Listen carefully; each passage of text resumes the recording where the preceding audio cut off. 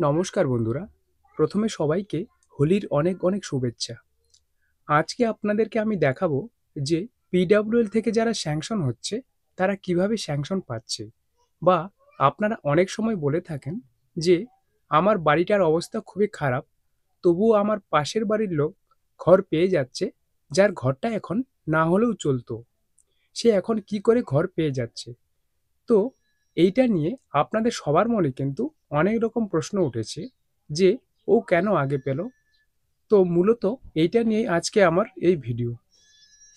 এই ভিডিওটি সম্পূর্ণ দেখলে আপনাদের মনে কিন্তু আর কোনো সংশয় থাকবে না যে পিডব্লিউএল হলেও সে কি করে স্যাংশনটা পেয়ে গেল, আগে আপনি কেন পাচ্ছেন না। তো মূল ভিডিওতে যাওয়ার আগে যারা চ্যানেলে নতুন তারা কিন্তু অবশ্যই চ্যানেলটিকে সাবস্ক্রাইব করবেন, ভিডিওটি ভালো লাগলে লাইক করবেন এবং শেয়ার করে সকলকে জানাবেন, যাতে তাদের মধ্যেও এরকম কোনো সংশয় আর না থাকে। আমি আমার কম্পিউটার স্ক্রিনে আপনাদেরকে সম্পূর্ণ পদ্ধতিটা দেখাবো। আর পিডব্লিউএল থেকে স্যাংশন হচ্ছে এটা কিন্তু সমস্ত জেলাতেই কম বেশি আছে।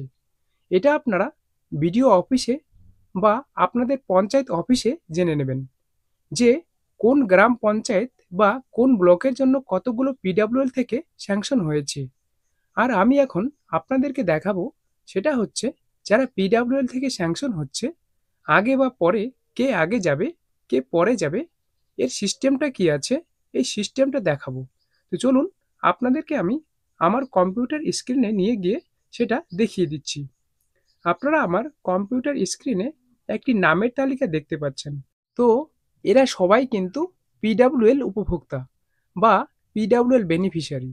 এইবার দেখুন এইখানে যে র্যাঙ্কিং বলে একটি কথা আছে, র্যাঙ্কিং, এইখানে দেখুন র্যাঙ্কিং 52, 61, 62, 63, 64, 65 করে র্যাঙ্ক আছে।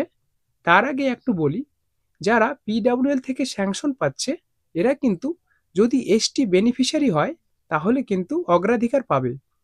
অর্থাৎ দেখা গেল কোনো বিডিও অফিসে 10টা নতুন কোটা এসেছে, সেই 10টা নতুন কোটা কিন্তু এর আগে এসটি বেনিফিশিয়ারিকে দেবে।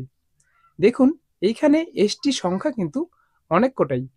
তো এই 10 জনকে প্রথমে দেওয়া হবে, এটা হচ্ছে সিস্টেম। যারা এসটি আছে অর্থাৎ পিডব্লিউএল থেকে স্যাংশনে যাবে আগে এসটিরা যাবে। এইবার সেই ব্লকের বা সেই বিডিও অফিসের এসটি কোটা যদি শেষ হয়ে গিয়ে থাকে তখন আদার্স এসসি বা মাইনরিটি এরা যাবে। তো এটা হচ্ছে সিস্টেম। তো দেখুন প্রথমে আমার এসটি, এই পঞ্চায়েতটায় এসটি আছে এতগুলো। এসটির পর থেকে দেখুন কারা পাবে, যখনই এসটি শেষ হয়ে যাবে তখন মাইনরিটিদের দেওয়া হবে। অর্থাৎ যারা মাইনরিটি বেনিফিশিয়ারি আছে, যদি যেমন বললাম দেখা গেল কোনো বিডিও অফিসে 10টা এসটি ছিল, তো আমার এসটি সংখ্যা আছে 8টা, তাহলে 8টা প্রথমে এসটি নিয়ে নেবে, তারপরে দুটো মাইনরিটি, এগুলো কিন্তু অটোমেটিক এখান থেকে উঠে যাবে। এই যে 177, 178, 180 এইভাবে উঠবে, ঠিক আছে। এরপর দেখা গেল যে এসটিও নেই, মাইনরিটিও নেই, তাহলে কারা পাবে? তাহলে পরে চলুন দেখে নিই। এই দেখুন, তাহলে মাইনরিটির পরে আদার্স ক্যাটাগরি ঢুকে যাবে, মাইনরিটির পরে আদার্স ক্যাটাগরি ঘর পাবে। আদার্স তারপরে যদি এসসির সংখ্যা থাকে তাহলে এসসি প্রথমে সবার আগে যেটা দেবে সেটা হচ্ছে এসটিদের অগ্রাধিকার দেবে। তো আপনারা যারা পিডব্লিউএল এ আছেন, আপনারা কি আপনাদের স্কোরটা জানেন বা আপনাদের র্যাঙ্কটা জানেন? যদি র্যাঙ্কটা না জেনে থাকেন তাহলে যখন প্রথম বাংলার বাড়ির সার্ভে শুরু হয় তখন কিন্তু যে তালিকা আপনাদের পঞ্চায়েত বা বিডিও অফিসে টাঙিয়েছিল সেখানে একটা র্যাঙ্কিং ছিল, সেখান থেকে আপনারা দেখে নিতে পারেন যে আপনাদের ঘরের র্যাঙ্ক কত। এটা জানা থাকলে আপনাদের অনেক সুবিধে হবে। কারণ কোনো কারণে যদি আপনার র্যাঙ্কটাকে বাদ দিয়ে অন্য কোনো র্যাঙ্কে ঘর দিয়ে দেয় তাহলে আপনি কিন্তু বিডিও অফিসে গিয়ে অভিযোগ জানাতে পারবেন বা অভিযোগ করতে পারবেন। আর এবার আপনারা বলতে পারেন যে এই র্যাঙ্কটা কি করে হলো? এই র্যাঙ্কটা 2022 সালে যখন পিএমএওয়াই বা প্রধানমন্ত্রী আবাস যোজনা শুরু হয় 2022 সালে যখন সার্ভে হয়েছিল, সেই সার্ভের উপর বেশ করে কিন্তু এই র্যাঙ্কটা হয়েছে।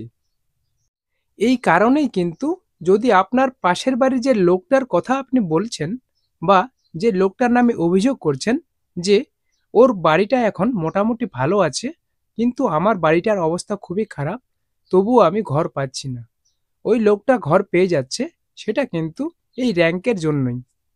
হয়তো তার র্যাঙ্কটা আপনার থেকে কম আছে, তার জন্য সে ঘর পেয়ে যাচ্ছে। হয়তো তার র্যাঙ্ক 10, আপনার র্যাঙ্ক 50, এই কারণে ওই লোকটা ঘর পেয়ে যাচ্ছে, আপনি পাচ্ছেন না। আবাস যোজনায় এই র্যাঙ্কটাই কিন্তু শেষ কথা। যার র্যাঙ্ক কম সে আগে ঘর পাবে, কাঁচা বাড়ি পাকা বাড়ি, তো সেটা কিন্তু ইনকোয়ারি করে যদি দেখে যে পাকা বাড়ি, তাহলে সেখান থেকে সে বাদ দিয়ে দেবে। আর যদি আপনারা দুজনেই যোগ্য হন, তাহলে যার র্যাঙ্কটা কম সে ঘর পাবে। এইভাবেই কিন্তু পিডাব্লিউএল থেকে স্যাংশনে যাচ্ছে, যে কারণে আপনারা বুঝতে পারছেন না যে আমার বাড়ি কাঁচা হওয়া সত্ত্বেও ওর বাড়ি তুলনামূলক অনেকটাই ভালো, ও কেন পাচ্ছে। তো সিস্টেমটা আপনাদেরকে দেখিয়ে দিলাম, এই সিস্টেমেই ঘর পাচ্ছে। এই নিয়ে যদি আপনাদের আরও কিছু জানার থাকে, আপনারা আমাকে কমেন্ট করুন, আমি আপনাদেরকে রিপ্লাই দেওয়ার চেষ্টা করব। তো যাই হোক, ভিডিওটি কেমন লাগলো সেটা কিন্তু অবশ্যই কমেন্ট করে জানাবেন। আর চ্যানেলে নতুন হলে সাবস্ক্রাইব করতে একদম ভুলবেন না। আজকের মতন এইখানেই শেষ করছি। আবারও দেখা হবে অন্য কোনো ভিডিওতে, অন্য কোনো টপিক নিয়ে।